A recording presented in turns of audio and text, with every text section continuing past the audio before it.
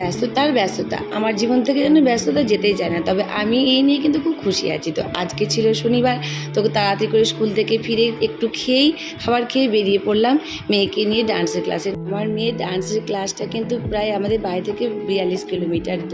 সামনে ওর ভারতনাট্যমের এক্সাম আছে, যার জন্য ড্রেসটা ছোট হয়ে গেছে। তো সোজা চলে এলাম টেলারের কাছে, মাপজোপ নিয়ে তারপর চলে গেলাম একটা দোকানে গিয়ে তারপর কাপড় কিনে বাড়ি যাওয়ার জন্য বেরিয়ে গেলাম। অনেকটা রাত হয়ে গেছে, দেখো বাড়ি ফিরতে প্রায় আমাদের অনেক সন্ধে হয়ে গেছিলো।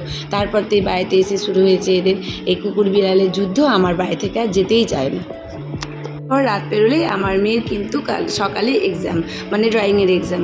ও এবার 5th ইয়ারের পরীক্ষা দিচ্ছে, আর ও কিন্তু বেশ টেনশনে আছে। যাই এইসব জিনিসগুলো কালকে দেখাতে হবে, তাই তোমাদের সঙ্গে শেয়ার করছে।